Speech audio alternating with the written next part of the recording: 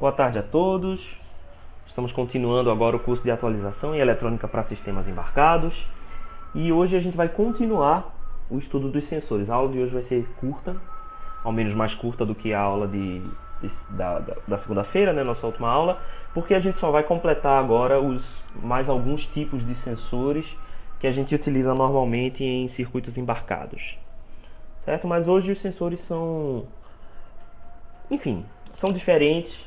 Não vou dizer que são mais complexos ou mais fáceis, mas esses sensores que a gente vai ver hoje são mais difíceis de serem utilizados sozinhos, certo? Para eles, que são as células solares, o acelerômetro, o sensor de efeito Hall e o sensor piezoelétrico, em geral a gente utiliza um pouco mais de circuitos um pouco mais complexos, que já vêm num circuito integrado, que fazem o tratamento do sinal e te entregam algo mais fácil para você utilizar diretamente, né? Então a gente não atua diretamente no sensor, mas um pouco mais externamente, certo? Com circuitos auxiliares que fazem o tratamento dos sinais. Ok? Vamos lá. Então o primeiro elemento que a gente vai ver hoje é o acelerômetro, né? Para que serve o acelerômetro? O acelerômetro é um dispositivo que consegue detectar a sua própria aceleração. Isso é extremamente importante porque em dispositivos eletrônicos, muitas vezes a gente está preocupado em saber qual é a aceleração daquele dispositivo e qual é o ângulo de rotação daquele dispositivo, né? O acelerômetro é aplicado amplamente a dispositivos de mão, né? Os handheld, que é como chama em inglês, né? Que são os celulares e tablets. Esses são os principais dispositivos em que a gente instala um acelerômetro. Então, basicamente, o que faz um acelerômetro ele detecta qual é a aceleração ao qual o próprio chip está submetido. Além disso, ele consegue calcular também qual é o ângulo em que esta aceleração está fazendo efeito sobre o seu dispositivo. Se você não estiver sendo acelerado, né, se o seu dispositivo não estiver sendo acelerado, o que ele faz é entregar qual é a direção do campo gravitacional em relação ao seu chip. Então, obviamente, né, o campo gravitacional aponta sempre para o centro da Terra. Então, se você está na superfície da Terra, vai apontar sempre para baixo, né? Então, se eu consigo saber o ângulo relativo entre o meu chip e este campo gravitacional, eu sei, por consequência, qual é a posição do meu dispositivo em relação ao campo gravitacional, certo? Então, um acelerômetro, em geral, você nunca vai operar diretamente com o circuito interno do sensor em si, mas você vai ter um circuito integrado que vai fazer a leitura daquelas informações e vai responder isso no nível de tensão que você consiga interpretar mais facilmente no seu circuito, certo? Então, o acelerômetro aqui em questão, um dos possíveis acelerômetros, né, tem muitos nas fabricações, nos fabricantes, mas a NXP, que é uma fabricante de circuitos integrados, produz, por exemplo, esse acelerômetro digital, que é o MMA 745XL. Então, esse dispositivo é capaz de fazer a leitura dessas questões. A gente vai mostrar um pouquinho agora como é mais detalhado essa questão matematicamente. Mas esse próprio chip, por exemplo, da NXP, possui as funções de detecção de movimento, detecção de queda livre, detecção de choque, e qual foi o valor desse impacto do choque, detecção de vibração e, obviamente, as detecções nativas do acelerômetro, que são as detecções de ângulo, isso é, qual é a posição do acelerômetro em relação ao campo gravitacional e qual é a aceleração desse dispositivo, no caso, se ele estiver em queda livre, por exemplo, né? Isso é extremamente importante porque a gente tem outros dispositivos dentro desse tipo de sistema que são muito sensíveis a vibrações, são sensíveis a quedas. Então, por exemplo, já existem celulares mais tecnológicos que, quando detectam uma possível queda do celular, ele faz alguns travamentos para impedir que certas funções ali, certos componentes se danifiquem com a queda ou com o choque, certo? Além de tudo, o principal controle do acelerômetro é a orientação da impressão na tela do seu dispositivo. Então, quando você segura o dispositivo na vertical, na posição retrato, ele tem que imprimir uma imagem na sua tela também na mesma orientação. Quando você deita o celular, por exemplo, para assistir um vídeo, então o seu celular tem que detectar que o usuário girou aquele aparelho e conseguiu girar o aparelho, então, portanto, você vai ver a imagem na horizontal. E ele também tem que detectar qual foi a horizontal que você usou, né? Se você girou para a direita ou se você girou para a esquerda. Beleza. Vamos entender como que é o princípio físico desse dispositivo, né? Como é que ele consegue fazer esse tipo de detecção. Aqui na esquerda a gente está vendo um modelo simplificado para um dos eixos. Aqui no caso a gente está detectando no eixo X, certo?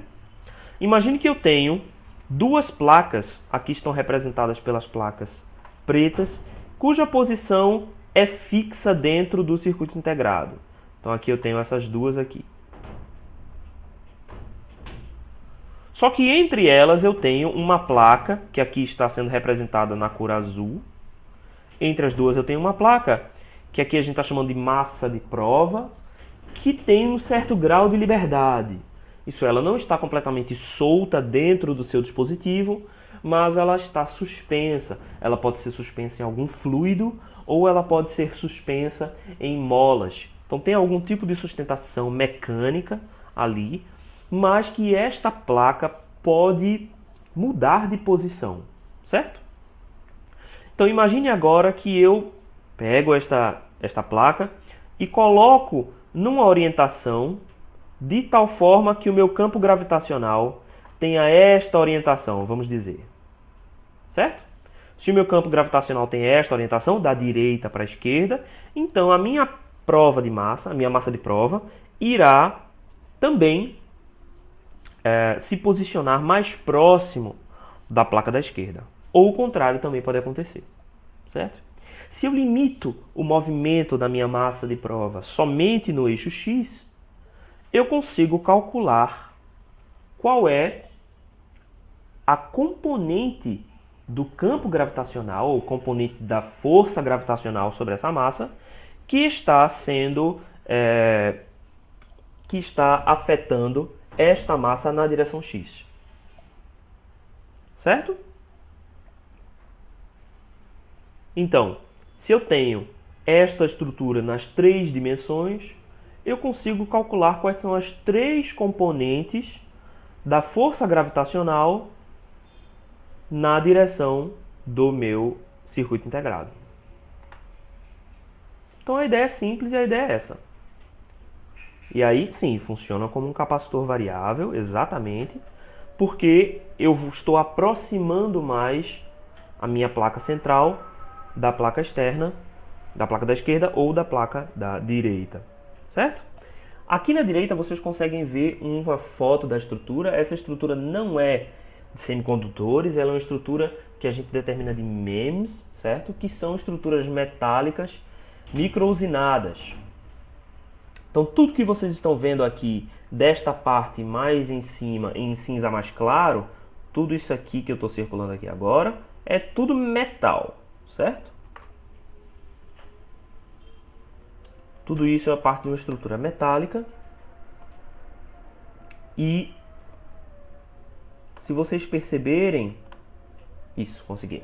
Se vocês perceberem, existem aqui pequenos dedos que estão fazendo aqui como se fosse um zigue-zague. Então eles estão entrelaçados, certo? Isso que está aqui em verde é a parte fixa do sensor.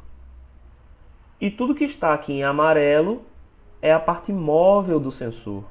O que acontece? Se eu tenho um campo gravitacional que está paralelo a esta direção de movimento, então eu vou fazer com que esta massa de prova alinhe-se mais à esquerda ou mais à direita, fazendo variar essas duas capacitâncias.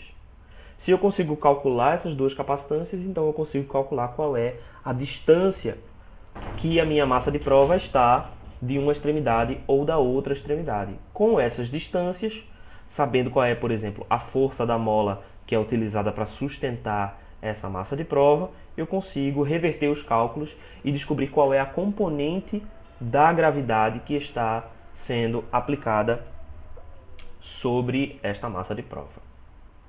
Certo? Todo mundo entendeu esse funcionamento? Só para vocês verem aqui, né? O sistema de molas também é feito com metais, né? E no caso desse circuito integrado aqui, que é o mesmo circuito integrado da NXP, o sistema de molas é este aqui que está marcado com vermelho, né? Então é só um zigue-zague aí de metal que vai ter, obviamente, um efeito elástico, né? E aí a variação entre esses dois dedos, entre esses dígitos, é o que vai fazer a capacitância entre essas duas placas variarem. E isso faz com que a gente consiga calcular qual que é a componente do campo gravitacional naquela direção. Fazendo isso 3 vezes, para o eixo X, para o eixo Y e para o eixo Z, eu consigo decompor o campo nessas 3 direções. E, obviamente, se eu tenho se eu tenho controle de quais são as componentes, eu posso desfazer o cálculo matemático e obter quais são os ângulos do meu dispositivo. Certo? Beleza. A gente não vai entrar a fundo no cálculo que a gente faz, mas é basicamente reverter essas matrizes que vocês estão vendo aqui. Então, imagine que a minha gravidade G de P, que está aqui representada por esse vetor, isso é, a minha saída no sensor pode ser decomposta por 3 componentes, GP de X, GP de Y e GP de Z. Isso eu consigo fazer porque, como eu tenho os capacitores nas 3 direções e eu travo o movimento de cada um dos 3 mecanismos em X, em Y e Z, então eu consigo isolar quais são as componentes do campo percebido, ou melhor, da força percebida por esse dispositivo, certo?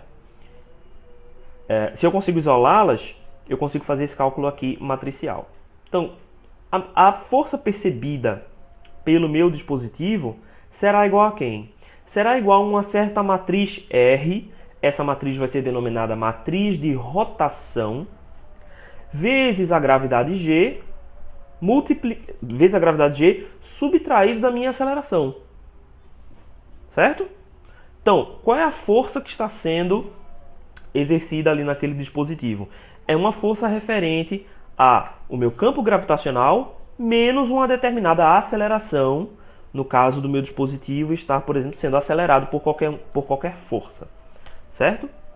Então, no caso, eu vou ter a subtração do meu G menos esta força qualquer AR, que pode ou não estar sendo exercida sobre o meu dispositivo. Então, multiplicando por uma matriz de rotação R, então, eu obtenho as 3 componentes da gravidade. Como é que eu posso descobrir quem é o meu R inicial? Isso é, fazer a calibração do meu sistema. Eu coloco o meu celular sobre a mesa. Quando eu coloco o meu celular sobre uma mesa ou sobre uma superfície totalmente horizontal, o que acontece? Eu sei que o AR é igual a 0. Por quê? Porque não tem nenhuma força exceto a força da gravidade atuando sobre aquele dispositivo. E eu também sei que G é igual a 0,01. Ou seja, ele é 0 nas direções X e Y e é igual a 1 na direção Z. Então eu posso, a partir disso, calcular quem é a minha matriz R. Isso é feito para cada aparelho, né? Ele é calibrado quando a gente vai utilizar o dispositivo. A partir daí, se eu conheço R e se eu conheço G, eu posso determinar quem é a R. Certo? E aqui são as matrizes de rotação em torno dos eixos φ, θ e ψ. Ok? Que são esses 3 eixos que estão sendo representados aqui à direita. Então vocês podem olhar aqui no celular qual é a convenção que a gente utiliza. O eixo X é superior, né, aqui subindo em direção ao topo da tela. O eixo Y caminhando da esquerda para a direita na tela. E o eixo Z entrando por dentro do aparelho, certo?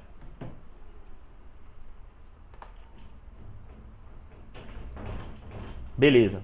Como é que eu calculo o ângulo de rotação? Qual que é o ângulo atual, por exemplo, do meu dispositivo, certo? Então, vamos supor que eu tenho aqui o meu celular que está levantado de um certo ângulo ρ. A gente sabe que o produto interno daquele meu vetor GP, produto interno deste cara pelo vetor da gravidade, que aqui está normalizado para ser 0,01, é 1 na direção z, vai ser igual ao módulo de GP vezes o cosseno desse ângulo.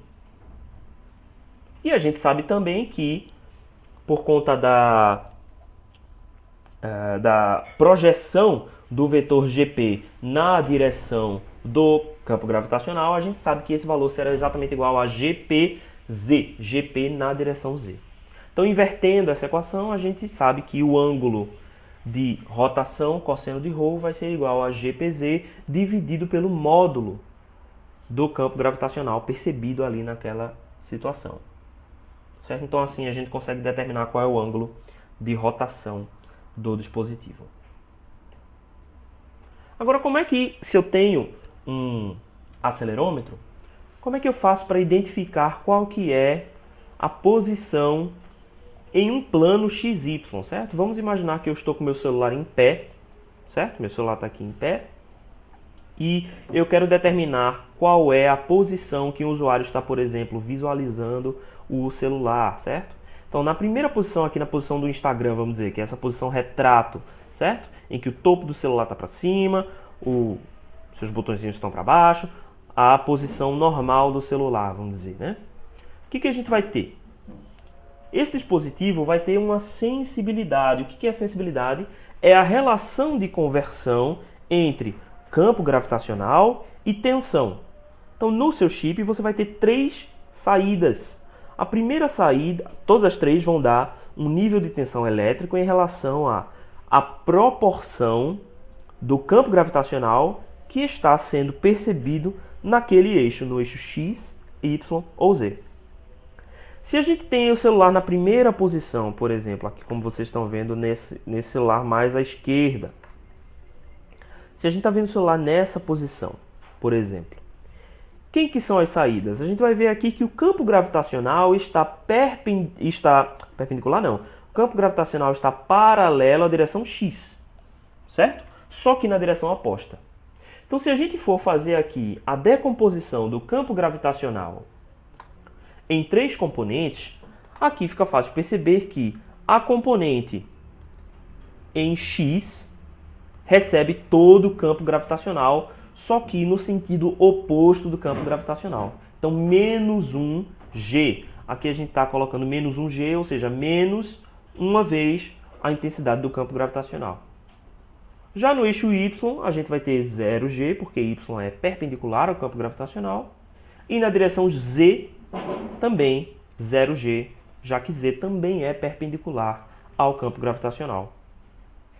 Então, se nas minhas saídas eu tenho menos 1G em X, 0 e 0, em Y e Z, eu sei que o meu celular está na orientação vertical, certo?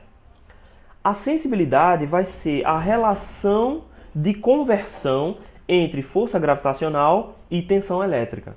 Então, um exemplo típico, o exemplo que a gente deu aqui do acelerômetro da NXP, a sensibilidade dele é de 170 mV por G, certo?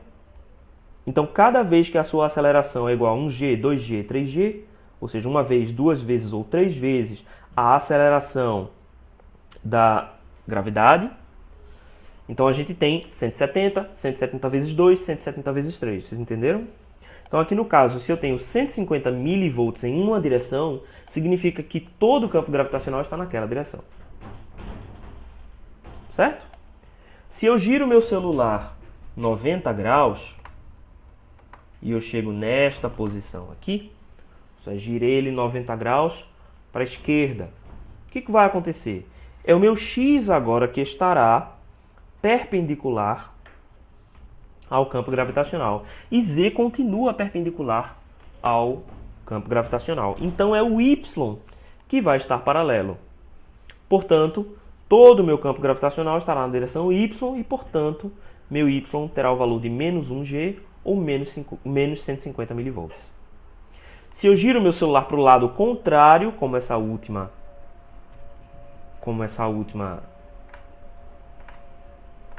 diagramação aqui, o que vai acontecer?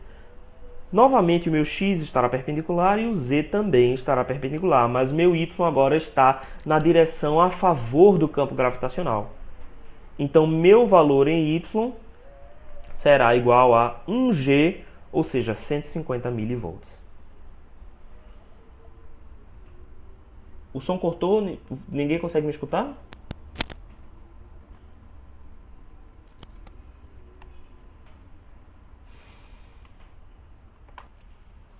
Então aqui a gente estava explicando os 3 casos, não foi? Então o que a gente vai ter? Ah, certo.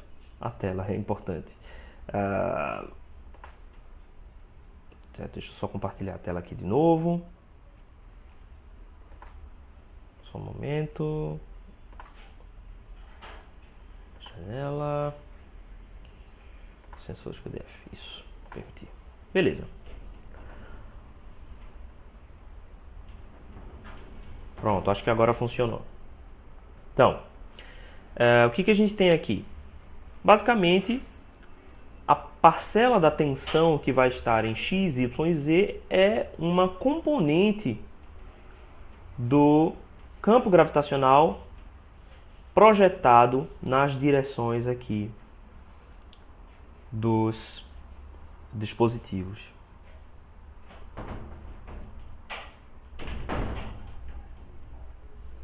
Parou de novo ou agora tá ok? Voltou? Tá bom, então vamos continuar. Qualquer coisa, eu depois vou deixar a gravação lá no YouTube, vocês podem ver de novo, se for o caso. Se vocês não estiverem conseguindo ver agora, vocês veem depois, tá certo? Mas vamos aqui rapidinho então. Beleza, então imagine que o seu celular está aqui em pé, certo? Agora a gente está desprezando a parte Z. O que acontece se eu rotaciono meu celular de um ângulo φ? Então Vx será igual a menos 150 seno de φ e Vy será igual a menos 150 cosseno de φ em milivolts, certo? Se a sensibilidade do meu dispositivo é 150 milivolts por G, né? Pela aceleração da gravidade, certo? Beleza, tranquilo. Ok, a atividade de vocês de hoje vai ser essa aqui, né? Vocês vão ter que, baseado nas saídas de Vx e Vy, determinar qual é a posição do celular e determinar qual é a visualização que vocês têm que ver na tela, certo? Essa é a atividade de hoje. Vamos continuar. O outro tipo de sensor que a gente vai ver hoje são as células solares, né? As células solares, como a gente sabe, são transdutores que convertem a energia solar em energia elétrica, certo?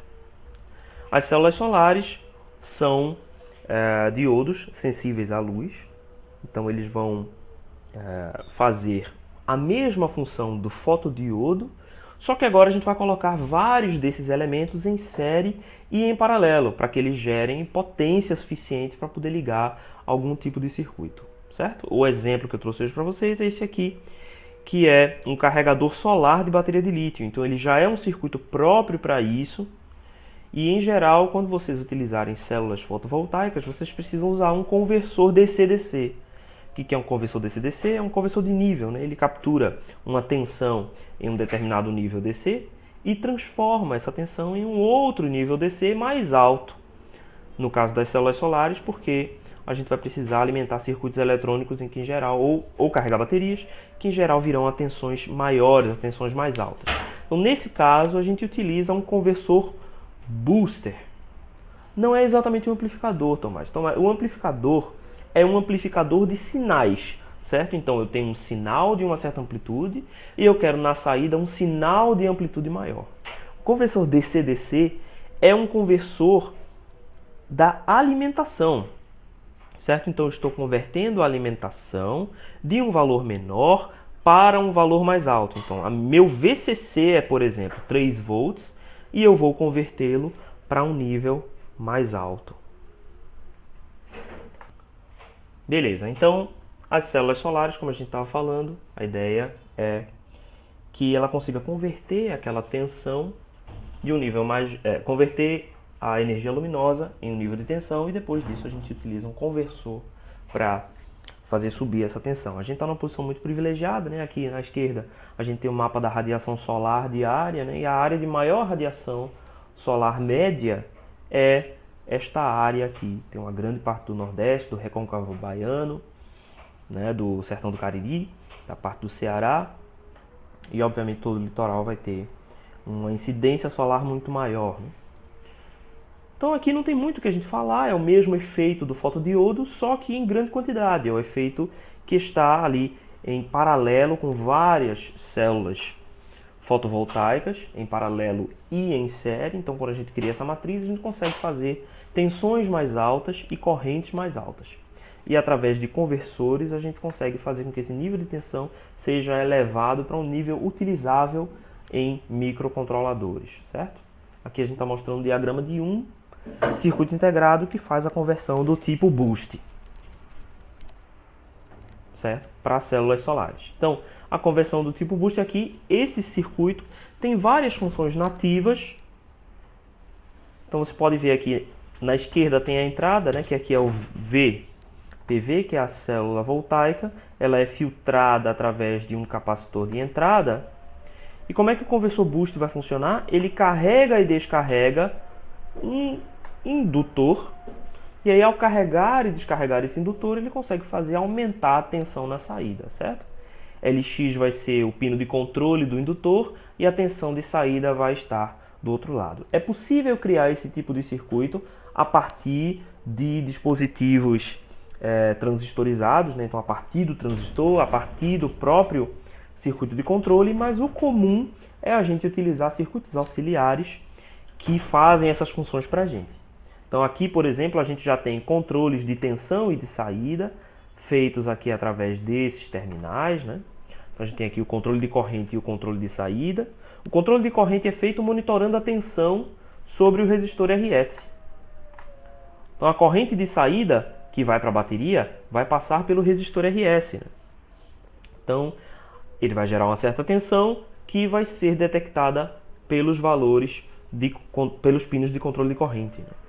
Além disso, o pino de controle de tensão vai ser obtido fazendo uma divisão de tensão aqui da tensão da bateria. Então ele cria uma cópia da tensão que é proporcional à tensão da bateria, certo? O capacitor de saída está aqui para fazer filtragem, para evitar que a gente tenha uma flutuação na tensão que vai para a bateria. E é isso. O resto está tudo aqui, certo? E aqui são dispositivos de controle, que são o X-Shut, que é um dispositivo que pode fazer ligar e desligar o seu circuito, né? E o MPP7, que é um monitor do nível de tensão que está sendo fornecido pela célula fotovoltaica. Esse é um exemplo, né, que também é da ST Microelectronics, que é o SPV 1040, que é um tipo de conversor boost. Esse cara daqui é especialmente projetado para células fotovoltaicas e diretamente para carregar a bateria, por exemplo. Isso aqui é um exemplo de circuito próprio para esse tipo de conversor. Beleza. O penúltimo hoje é o sensor de efeito Hall. O que é o sensor de efeito Hall? Um dispositivo que detecta a presença de um campo magnético baseado no efeito Hall. O que é o efeito Hall? Vamos dar uma olhada aqui na figura à direita, certo? Imagine que eu tenho uma estrutura... Ah, certo. Aquele diodo Zener é só para impedir que a diferença de tensão seja muito grande. Se a diferença de tensão entre a saída e a entrada for muito alta, então esse Zener entra em contato, certo? Impedindo que essa diferença de tensão seja tão alta. Ele controla a tensão de saída, certo? É um limitador. Então aqui a gente tem o sensor de efeito Hall, certo? Imagine que eu tenho uma estrutura e nessa estrutura eu aplico uma tensão VD, como vocês estão vendo aqui embaixo, certo? O que normalmente vai acontecer? Se eu aplico essa tensão VD, eu vou induzir uma corrente em um certo sentido. Eu vou induzir uma corrente aqui no sentido positivo. Como os elétrons têm carga negativa, né, eles vão fluir no sentido contrário. Então a corrente convencional vai seguir nesse sentido aqui horário, mas os elétrons estarão se movimentando no sentido anti-horário. Beleza. Se eu não tenho nenhum campo magnético aqui presente nesse espaço, então é o campo elétrico gerado por VD que vai fazer os elétrons se movimentarem. Mas imagine agora que na proximidade dessa estrutura eu coloco um ímã que gera um campo magnético constante. O que vai acontecer? Eu vou induzir uma força magnética nesses elétrons e eles agora vão seguir uma trajetória diferente. Eles serão desviados por conta da presença do campo. Isso vai gerar uma corrente que pode ser coletada por um eletrodo na lateral deste dispositivo. Então ele vai gerar uma certa tensão que a gente vai chamar de tensão Hall, que será diferente de zero. Ou seja, então se eu uso um dispositivo, né, vai ter alguns tipos de materiais, a gente pode ter cerâmicas, materiais semicondutores, polímeros, enfim, existe uma série de materiais que é suscetível a esse efeito, então eu utilizo um filme desse material, um espaço desse material, né, e coloco dois eletrodos aqui e detecto qual é a corrente ou a tensão induzida entre esses dois terminais. Através disso eu consigo ter uma leitura indireta de qual é o campo magnético sendo induzido por este ímã. Quais que são as possíveis aplicações de um sensor de efeito Hall?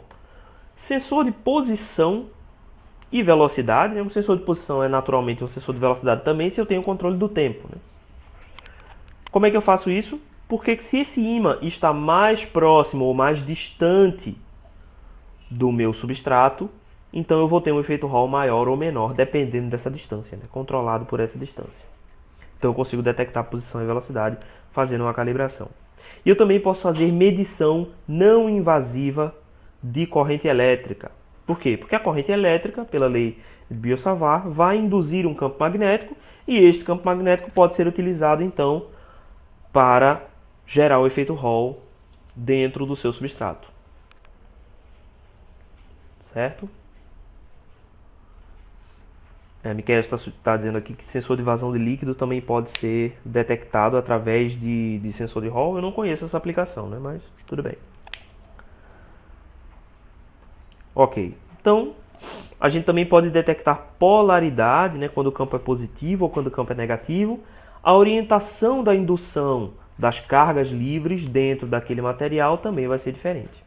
A gente pode ter o sensor de efeito Hall em duas formas diferentes. A gente pode ter uma leitura analógica ou pode ter uma leitura digital. Quando a gente tem uma leitura analógica, a gente vai ter uma relação que aqui no exemplo está mostrada como linear, né? Aqui essa parte aqui superior do lado direito.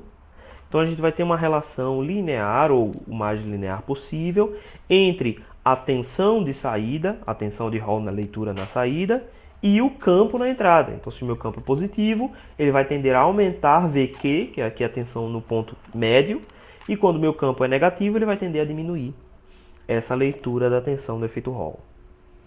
Certo? Ou eu posso ter também uma saída digital, que já tem uma curva de esterese, que faz com que, quando a minha leitura está acima de um determinado nível, a minha saída vai para nível lógico 1, e quando ela está abaixo de um determinado nível, a minha saída lógica vai para o nível 0. Eu posso voltar para a explicação da atividade já, certo? Em que caso eu vou usar um ou outro, por exemplo? Quando eu tenho um controle de joystick, por exemplo, em que eu tenho uma posição que precisa detectar com uma certa precisão qual é o grau em que o usuário colocou lá a alavanca do jogo, por exemplo, ou qual foi a pressão que ele exerceu em cima de um determinado botão. Então eu posso fazer isso através de uma leitura do sensor efeito Hall, já que ele vai detectar qual é a distância do ímã ao chip, por exemplo. Então eu posso colocar o chip num lugar fixo e eu coloco somente um ímã na parte móvel. Qual que é a vantagem disso em relação a conexões eletromecânicas? As conexões eletromecânicas vão ter que ter conexões que mudam de posição quando o objeto do qual eu quero medir a posição muda de posição. Então ele vai ter que estar acoplado junto com a alavanca. Vamos dizer assim, que eu quero calcular a posição de uma alavanca em relação à superfície. Então eu vou ter que ter um eletrodo ligado na alavanca, certo? Então vai ter que ter um fio, uma solda, elementos físicos que vão ter que estar conectados entre os dois. Então quando eu mexo minha alavanca, meu fio, minha solda também está mexendo. Então isso mecanicamente é menos robusto. No caso do sensor de efeito Hall, eu não preciso ter nenhuma conexão elétrica entre as duas partes. Certo? Então minha alavanca não vai estar eletricamente conectada à minha superfície, à minha placa. É algo que é totalmente separado. Certo? Então, do ponto de vista mecânico, isso é mais eficiente. O controle de janelas de carros é feito assim também. O controle para levantar e abaixar janela de carros, botões, posições de joystick, sensores de distância, todos eles são feitos com o efeito Hall. Certo? Beleza. Por último, a gente tem o sensor piezoelétrico. Então, o efeito piezoelétrico é a relação de uma interação, né, entre os estados mecânico e elétrico em materiais cristalinos. Isso é, numa estrutura cristalina, imagine que eu tenho nesta estrutura cristalina dipolos elétricos, formados pelos próprios íons que estão ali dentro daquela estrutura, né? Os próprios átomos que estão naquelas estruturas. Se eu tenho estrutura cristalina, esses dipolos serão orientados em uma determinada orientação. Quando eu comprimo aquele material, isso é, exerço uma pressão entre as duas extremidades, esses átomos tornam-se mais próximos, ou se eu faço uma expansão desse material, eles tornam-se mais expandidos, né? A densidade desse material diminui, certo? Isso faz uma variação ali na distribuição elétrica desse dispositivo, fazendo com que surja uma tensão elétrica na sua saída. E esse é um processo reversível. Se eu aplico uma tensão elétrica nas extremidades desse material, ele provoca uma variação mecânica também. Então, o efeito piezoelétrico ele é reversível, vai nos dois sentidos, né? Tanto uma variação mecânica causa um sinal elétrico, quanto um sinal elétrico pode causar também uma variação mecânica. As aplicações do piezo são várias. Produção e captação sonora, isso é, microfone é um sensor piezoelétrico. Um speaker também é um sensor piezoelétrico. Um buzzer também é um piezoelétrico. Só que no caso ele vai ser usado no efeito contrário, né? No caso do microfone, quando ele recebe uma onda mecânica, essa onda mecânica provoca uma vibração naquela rede cristalina e esta vibração vai ser captada na forma de um sinal elétrico. E o contrário, para um speaker, por exemplo, quando eu induzo uma corrente elétrica naquele material piezoelétrico, ele provoca uma vibração, essa vibração vai ser transmitida para o ar e vai ser percebida na forma de uma onda sonora. Certo? A gente pode também fazer geração de energia, e aí vai depender da sua aplicação, mas você vai ter em algum ambiente você vai ter um conjunto de células piezoelétricas, e quando alguma coisa passa por cima daquele ambiente, passa por cima daquela célula, ele gera essa energia, né? Então isso pode ser instalado em lugares onde as pessoas vão passar andando, elas vão pisar naquelas células e gerar energia. Pode ser feito em lugares onde vão passar veículos e os veículos passam por cima e geram energia, certo? Pode também ser feita na geração de sinais alternados de frequências extremamente controladas, né? Os cristais osciladores são cristais piezoelétricos, né? Então eles têm uma certa conformidade que permite que os sinais sejam gerados em algumas frequências com maior probabilidade do que outras. E se esses elementos são colocados em malhas de realimentação positiva, eles podem passar a gerar sinais alternados a partir de sinais CC. Então é uma das formas que a gente tem de gerar sinais oscilados, né? Sinais alternados. Podem também ser sensores de pressão e peso, né? Uma atividade natural aí do próprio sensor piezoelétrico, e controladores de posição. Então tudo isso pode ser feito com o piezo. O piezo talvez mais comum ou mais barato, vamos dizer assim, é o microfone de eletreto, né? O eletreto é o material que vai de fato fazer essa conversão piezoelétrica. Tá? E aí, basicamente, a estrutura interna do microfone de eletreto é essa que vocês estão vendo aqui na parte central, que tem uma cobertura externa, né, que é para poder proteger a parte interna de poeira ou qualquer outra coisa que possa entrar no microfone. E dentro, na estrutura interna, é que você tem aqui o diafragma e o eletreto. O diafragma é o elemento que vai ser sensível à onda mecânica e vai variar a sua posição. E o diafragma variando sua posição faz variar o eletreto também junto. Quando o eletreto varia, ele provoca um certo sinal que vai ser amplificado por um transistor de efeito de campo do tipo junção, JFET, que é um tipo diferente de transistor, mas ele também é um transistor de efeito de campo. Certo? A gente tem microfones de eletreto em duas variações, com 2 conectores ou com 3 conectores, como vocês estão vendo aqui no canto direito superior da tela. Quando a gente tem o eletreto com 3 conectores, a gente vai ter um conector para terra, um conector para VCC e um conector para saída. Então a saída e o VCC já estarão eletricamente isolados. Quando a gente tem a situação de só ter 2 conectores, então o VCC estará junto com a saída. Isso é, neste terminal aqui, se vocês olharem no circuito, né, o terminal central é ao mesmo tempo a alimentação do microfone de eletreto e também a saída de som em pequenos sinais. O que isso implica? Implica que a gente vai ter que fazer uma filtragem e separar o sinal CC do sinal de áudio em pequenos sinais. A gente faz isso através de um filtro passa-baixas, em que a parte baixa vai ser a alimentação CC e a parte alta vai ser o sinal de áudio. Então, a gente colocando um capacitor nesta orientação,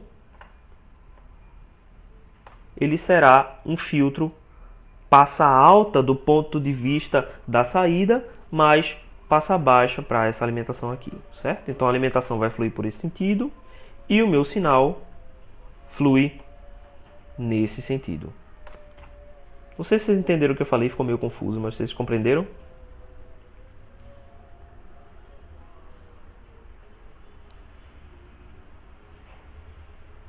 Bem, ok.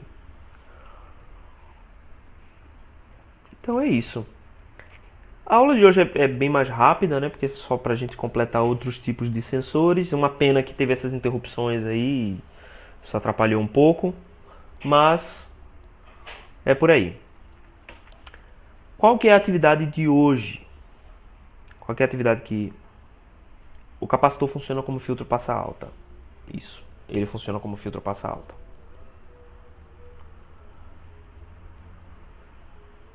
Vamos lá, qual que é a atividade de hoje? Sim, é passa alta, função passa alta, certo? O capacitor funciona como passa alta. Nessa conexão aqui série, o capacitor vai funcionar como passa alta, certo? Não como passa baixa. Vamos lá. Então, qual que é a atividade de hoje?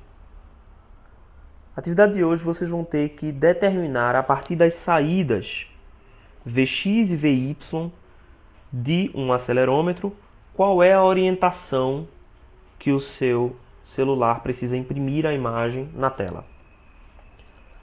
Então, o que a gente precisa? Primeiro, quantas saídas a gente vai precisar? Quantos bits na saída a gente precisa? A gente precisa de 2 bits, né? Porque a gente tem 4 orientações e se a gente tem os níveis lógicos 0, 0, 0, 1, 1, 0 e 1, 1, então a gente tem as 4 orientações.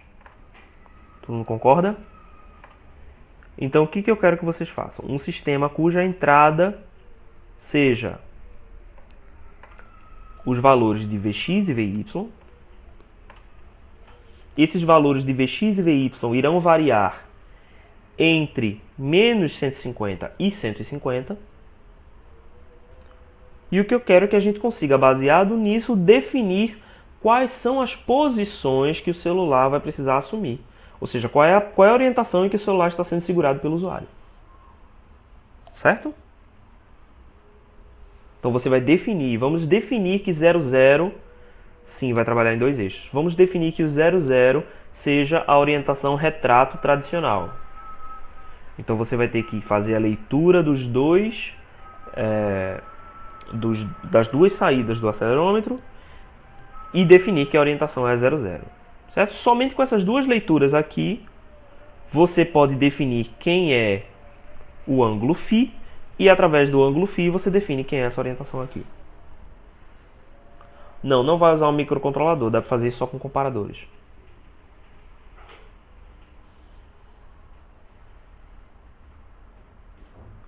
Certo, vamos lá, vamos de novo. Deixa eu me concentrar, porque hoje foi muita coisa, eu acabei me desconcentrando. Deixa eu me concentrar para explicar direitinho para vocês. Certo? Vamos lá. Como é que a gente sabe a saída de um acelerômetro com base no ângulo de rotação, certo? Vamos agora travar o celular nesta posição vertical, isso é, Z vai estar sempre perpendicular ao campo gravitacional. Então Vz vai ser sempre igual a zero. Vx e Vy vão ter valores que vão variar de acordo com φ, certo? Como é que é a saída quando o meu dispositivo está vertical? Vamos voltar aqui. Esse primeiro caso aqui, certo? O que acontece nesse meu primeiro caso? X está paralelo ao campo gravitacional. Então, em X, eu tenho exatamente menos uma vez a força gravitacional. Em Y e Z, eu tenho zero dessa força. Todo mundo consegue compreender até aí?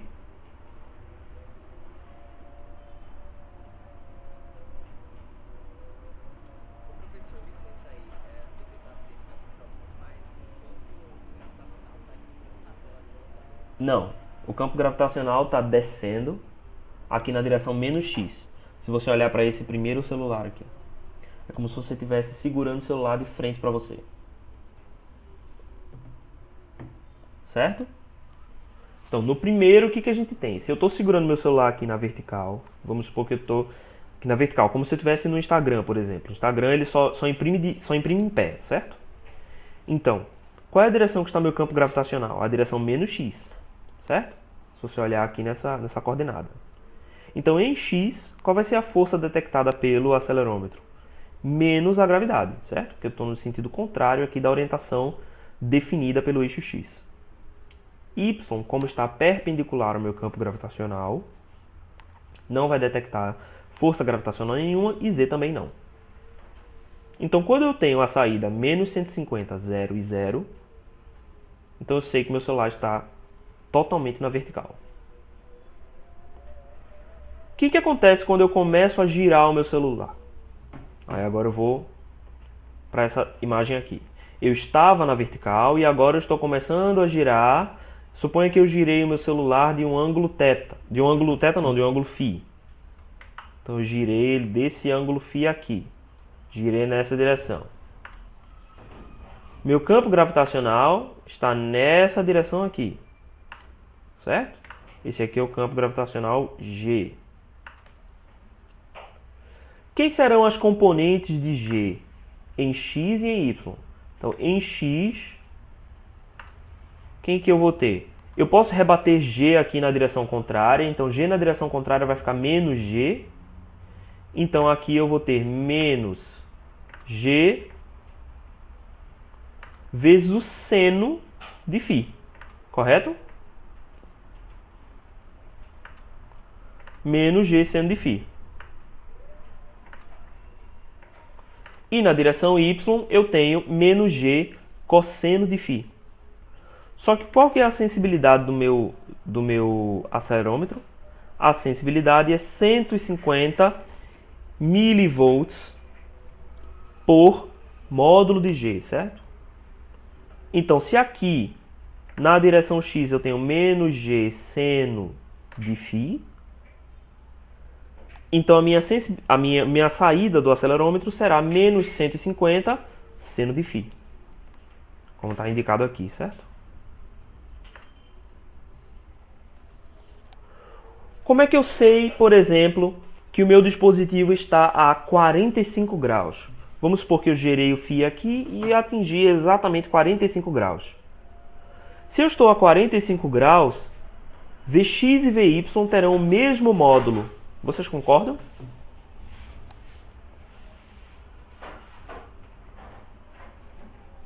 Então, como é que eu defino se o meu dispositivo está na horizontal ou ele está na vertical? Eu só preciso saber quem é maior, Vx ou Vy. Se Vx é maior, então significa que o meu dispositivo está acima de 45 graus. Se Vy é maior em módulo, então significa que o meu celular está mais próximo da horizontal, está mais próximo de estar deitado do que estar em pé. Todo mundo entendeu aí a lógica qual que é? Pronto, então o que é que vocês precisam? Vocês vão precisar usar um comparador, certo? Então isso já está claro. Vocês vão ter que comparar Vx com Vy, certo? Se Vx for maior, então o meu dispositivo está em pé. Se Vy é maior, ele está deitado. Só que aqui tem uma situação aqui que é o sinal da orientação.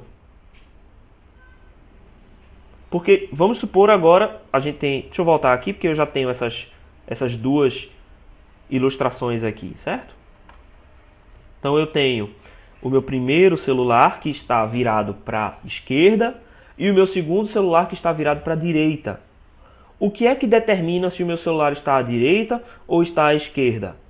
É o sinal em Y. Se eu tenho menos 150 milivolts, então significa que o meu celular está deitado para a esquerda. Mas se o meu valor é positivo, significa que o meu celular está deitado para a direita. Certo?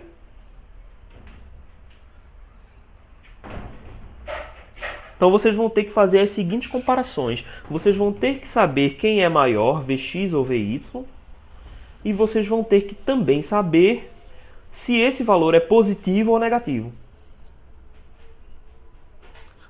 Uma das formas mais fáceis de saber se um valor é positivo ou negativo, se você usa um comparador, é fazer uma comparação com terra, com zero. Então, na sua alimentação, você bota lá o seu nível de referência zero.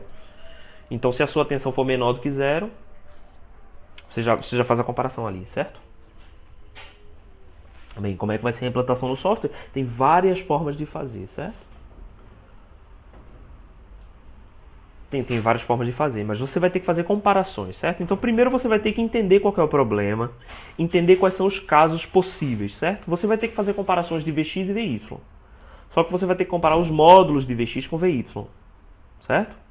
Então, como é que você vai fazer esse módulo? Essa é a primeira questão de como você vai fazer. Precisa fazer esse módulo? Dá para fazer sem? Certo? Comparadores. Você vai precisar saber quem é maior e quem é menor entre Vx e Vy, certo? Então você vai ter que saber se Vx é maior que Vy. Então isso é um comparador, certo? Você é só comparar Vx com Vy diretamente. E você também vai ter que saber qual dos dois é positivo e qual dos dois é negativo. Então isso são mais dois comparadores, certo? Então você consegue fazer essa atividade com 3 comparadores. Na saída desses 3 comparadores, a gente vai ter 3 saídas em nível lógico que vão ter que ser convertidas para 2 saídas. Por quê? Porque eu só tenho 4 estados. Quem vai variar Vx e Vy é você, manualmente numa tensão que você vai colocar lá, certo? Então você coloca uma tensão CC que você varia. Não tem modelo de acelerômetro, certo? O que vocês vão ter que fazer é o seguinte, colocar uma tensão CC lá, um gerador de sinais CC, e você bota. Vamos supor a situação em que a gente tem 151 e 0 no outro. Então você tem que ver que ele ficou em pé. É manualmente que a gente faz isso, certo? Não tem como a gente fazer um modelo não, ok? Todo mundo entendeu qual que é a atividade?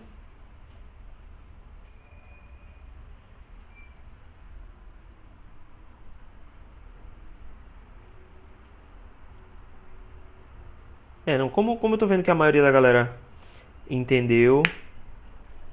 Não, eu preciso que vocês primeiro entendam o conceito do que a gente vai fazer. O circuito tem algumas formas de fazer, certo? A mais simples delas é a gente fazer uma comparação direta entre Vx e Vy e detectar quais são os sinais de Vx e Vy. Se eu tenho essas três informações, aí eu consigo resolver. Não, mas aí o conceito a gente pode ir discutindo, certo? A gente pode ir discutindo o conceito. Mas, sobretudo, primeiro vocês têm que entender quais são as informações que a gente consegue obter,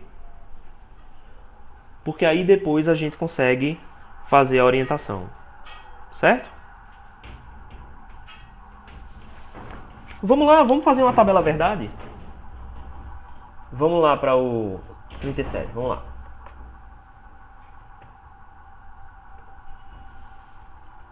Vamos lá, eu vou tentar escrever aqui quais são as variáveis que a gente pode ter.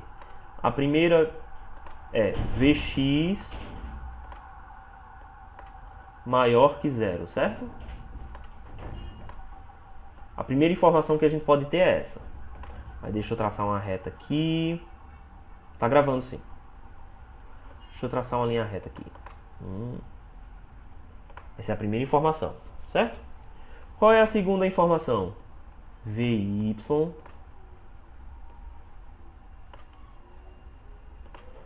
maior que zero. Eu tenho essa informação, certo? De onde vêm essas informações? Dos comparadores. E qual é a terceira informação que eu posso ter? Vx maior que Vy.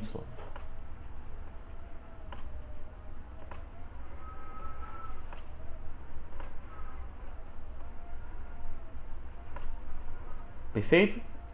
Três comparadores eu consigo ter essas três opções, certo? Tudo bem até aí? Alguém perguntou alguma coisa, né? Deixa eu ver aqui a pergunta como foi feita. Eu mostro na saída e digito que tal saída significa tal coisa. Isso. Exatamente. Você vai ter que mostrar a saída. Tal saída significa isso, tal saída significa aquilo. Vamos lá. A gente vai ter várias situações aqui, né? A gente vai ter 8 possíveis combinações. Vamos analisar a primeira combinação. Não vou fazer as 8 não, só vou fazer algumas para mostrar para vocês aqui. Vamos supor que eu tenho os dois sinais positivos. Não, desculpa aqui. Vamos dizer que eu tenho os dois sinais negativos, certo? Então aqui eu vou dizer que essa primeira condição não foi atingida e esta primeira condição não foi atingida, certo? Vamos dizer que eu tenho os dois sinais negativos, certo? Mas vamos dizer que a terceira condição foi obtida. Isso seria meu primeiro caso, meu caso 001, certo? Então vamos lá. Eu não estou vendo o chat não, cadê? Como é que é? Marx não está vendo o chat. Marx, teu microfone está aberto. Tá? Desliga o microfone aí. Então, vamos supor essa primeira situação, em que eu tenho 0, 0 e 1, ok? Então, Vx é negativo, Vy é negativo e Vx é maior que Vy. Que orientação é essa?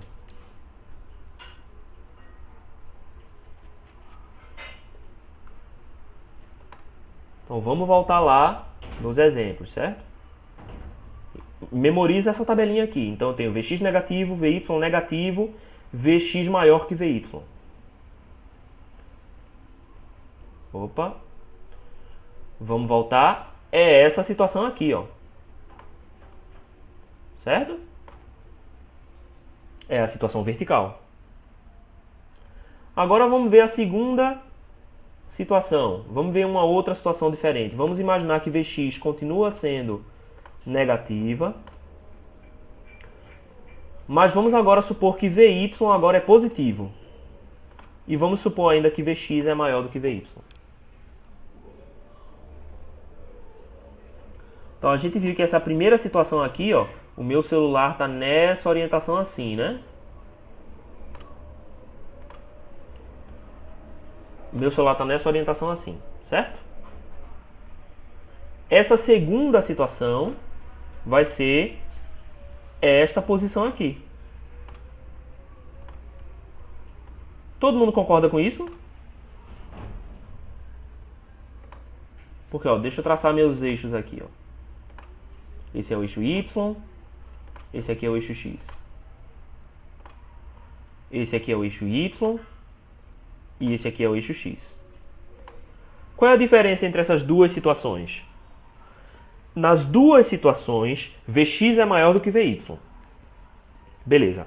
Só que o campo Y, que antes estava contrário... Sim, é vertical, porque eu desenhei ele muito deitadinho, né? Eu desenhei ele quase 45 graus aqui. Eu desenhei ele muito deitado, mas imagina que ele está mais em pezinho do que deitado, certo? Nesse caso aqui, ó, no caso que eu circulei aqui em vermelho, o meu eixo Y está contrário à força gravitacional, então ele tem um valor negativo.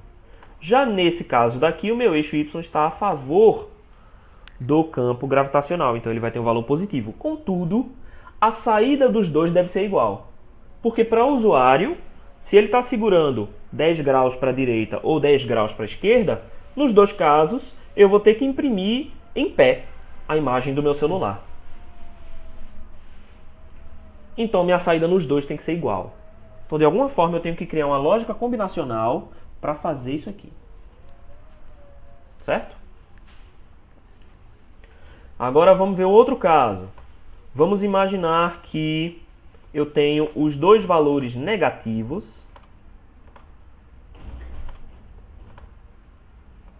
Tenho os dois valores negativos, mas Vy é maior.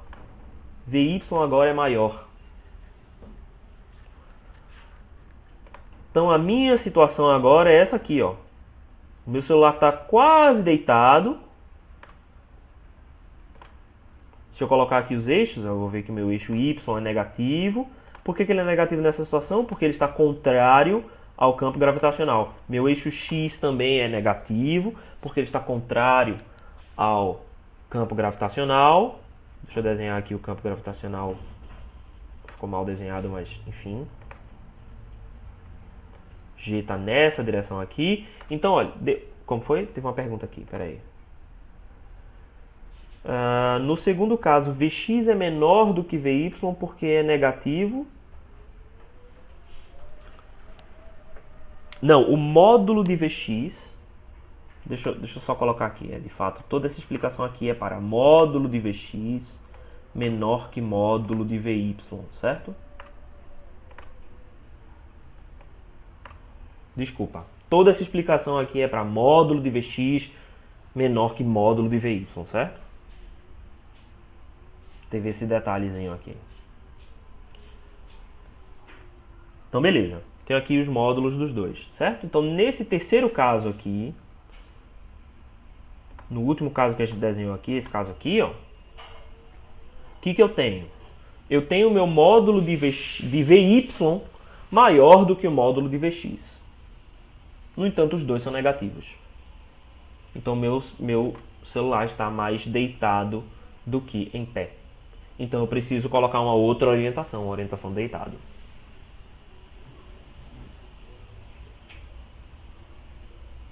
Certo? Vocês entenderam qual que é a atividade? Então o que eu sugiro que vocês façam? Antes de começar a fazer o circuito, eu sugiro primeiro que vocês completem essa tabela inteira. Essa tabela vai ter 8 possíveis valores, porque eu tenho essa combinação aí de Vx e Vy. Pode perguntar, Esmeralda. Deixa aí no chat que eu vou vendo. A gente tem 8 possíveis combinações. Aí você cria toda a tabela verdade, certo? Depois que você criou essa tabela verdade, você vai relacionar essa tabela verdade com as posições dos celulares. Então, essa primeira situação, a posição é tal. Segunda situação, a posição é tal. E aí você vai definir quais são as posições. Certo? Beleza. Quando você definiu as posições, aí para cada posição, você vai definir qual é a orientação que a tela tem que ser impressa. No caso dessas duas primeiras aqui, a tela tem que ser impressa verticalmente, mas na terceira, a tela tem que ser impressa deitada. Então você vai definir, aqui a tela vai ser vertical, aqui a tela vai ser horizontal para a direita, aqui a tela vai ser horizontal para a esquerda, e no último caso, a tela vai ser impressa de cabeça para baixo, porque é o seu celular de cabeça para baixo, certo? Quando você definir todas essas questões, aí você começa a montar o circuito, certo? Mas não monte o circuito sem antes pensar no problema. Esmeralda perguntou aqui, em softwares que eu posso rotacionar a tela no sentido de G? Não, veja, a atividade você não vai precisar usar uma tela de um celular real simulado no seu circuito, certo? O que eu quero são saídas lógicas. Então eu quero que você defina, quem vai definir é você. Você vai definir quando a saída do meu circuito é 0, 0. Quando a minha saída é 0, 0, então a minha tela é vertical. Você vai definir, certo? Então você vai dizer assim, eu estou definindo que a minha saída vertical é 0, 0.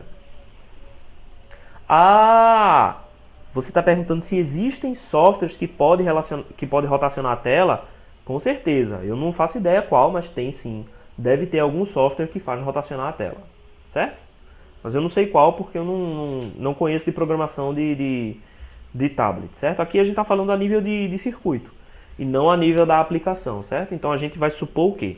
Que dentro do seu hardware você calculou isso aqui de alguma forma e isso foi calculado e vai ser entregue para um outro circuito ou vai ser lido por um software que vai fazer a rotação da sua tela. Mas o software que gera o vídeo, ele está numa camada muito mais alta, certo? A gente não está se preocupando com isso agora nesse momento.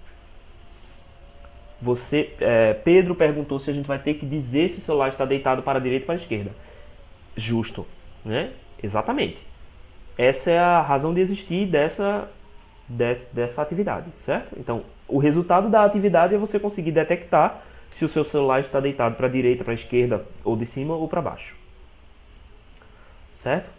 Esmeralda perguntou se isso afeta de alguma forma o componente. Não. O acelerômetro é um componente projetado para ficar em qualquer posição. Certo? Então, não. Isso não afeta o componente. O que afeta o componente é a questão do choque. Então, se o choque for muito grande, se o celular cair no chão com uma força muito grande, isso pode danificar as molas de sustentação do seu acelerômetro e quebrar. Isso sim pode afetar, mas em geral eles são projetados para garantir muito mais do que uma pancada, muito mais do que qualquer uma dessas coisas.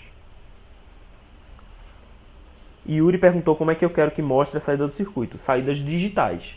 Então a gente tem 4 possíveis projeções na tela. A gente tem a projeção vertical, direita, esquerda e invertida, de cabeça para baixo, certo? Então, se a gente tem 4 possíveis opções, então a gente pode representar essas opções com saídas digitais 00, 01, 10 e 11. E aí você escolhe. Sim, um detalhe muito importante, tá? Para essa, vocês vão poder usar, como chama? Portas lógicas, certo? Podem usar portas lógicas agora. Não precisa mais projetar a porta lógica inteira para fazer isso, porque essa função vai ser um tanto mais complexa do que só uma porta ou uma porta NAND, certo? Então, vocês podem fazer com portas lógicas integradas, certo? Então, a saída vai ser mostrada dessa forma. A Esmeralda está com outra dúvida fora da atividade. Não, já respondi. Ok, pensei que teria que colocar uma tela. Não, são só 4 saídas, certo? Não tem que colocar uma tela, são 4 saídas digitais. O software daria um defeito no componente de forma que ele fique descalibrado? Não estou entendendo o que você quer dizer, Esmeralda. Tu pode repetir essa pergunta? Sim, Eduardo perguntou se pode usar portas lógicas. Pode, senão isso aqui vai ser impossível. Quer dizer, não é impossível, claro, né? Mas seria muito mais tempo do que eu acho que é suficiente para a gente entender o que está acontecendo aqui.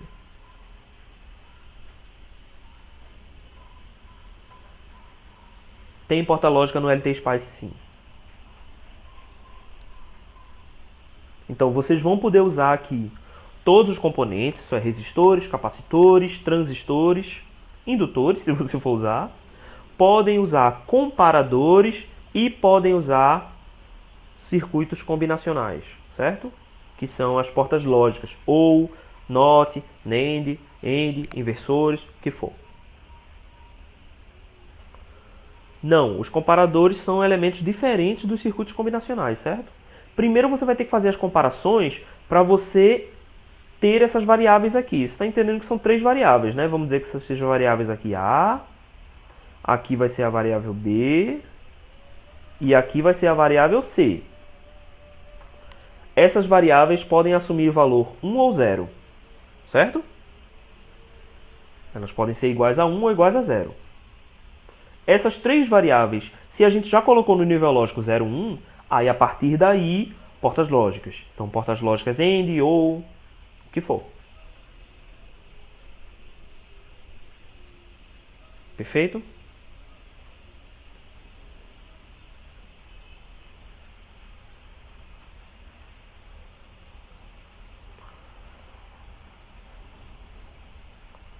Antônio perguntou, considerando um comparador duplo, eu acho que o que você está querendo falar sobre o comparador duplo é aquele CI que vem com 2 comparadores dentro.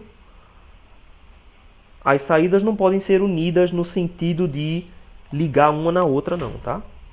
Você não pode ligar 2 saídas de 2 comparadores uma na outra, isso não funciona, certo? Isso vai dar curto-circuito dentro do seu comparador.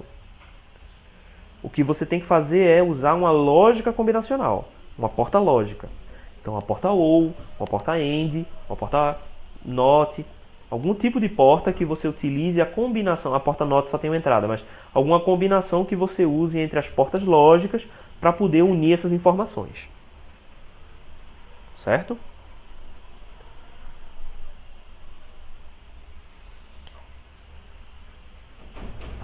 Ok? Todo mundo compreendeu o que é para fazer?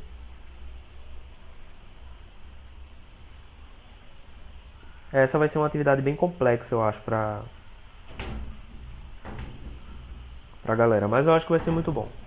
Eu acho que vai ser interessante, tá? Mas aí vocês vão ter mais tempo de resolver. Tirem dúvidas entre si, especialmente da galera que está mais na frente. Certo? Ela vai ser um pouquinho complexa, mas a gente tem que primeiro pensar nas coisas que a gente vai fazer. Então, muito antes de começar a fazer o circuito, vocês têm que imaginar aquilo que vocês querem que o circuito seja. E entender a lógica do que esse circuito precisa fazer. E aí, então, passar a desenhar o seu circuito. O circuito é a última coisa. Primeiro você tem que entender o que ele faz, para depois começar a desenhar o circuito. Certo? Se você quiser começar esse problema abrindo o Proteus, você está errado. Certo? Não vai dar certo. Você tem que primeiro tentar entender, para depois começar a fazer. Certo? Vai ser um pouquinho mais complexo, mas eu acho que vai ser bem legal. Beleza, pessoal? Então é isso aí. Eu agradeço a vocês. Tem mais alguma dúvida? Acho que por enquanto não. Quando vocês começarem a pensar no problema, vão começar a surgir mais dúvidas e aí a gente vai tirando essas dúvidas. Beleza? Obrigado, pessoal. Desculpa aí por essa questão da conexão hoje, foi complicado. Eu vou ver o que eu consigo fazer aqui para tentar dar uma ajeitada aqui. Ok? Beleza. Valeu, pessoal. Até segunda-feira.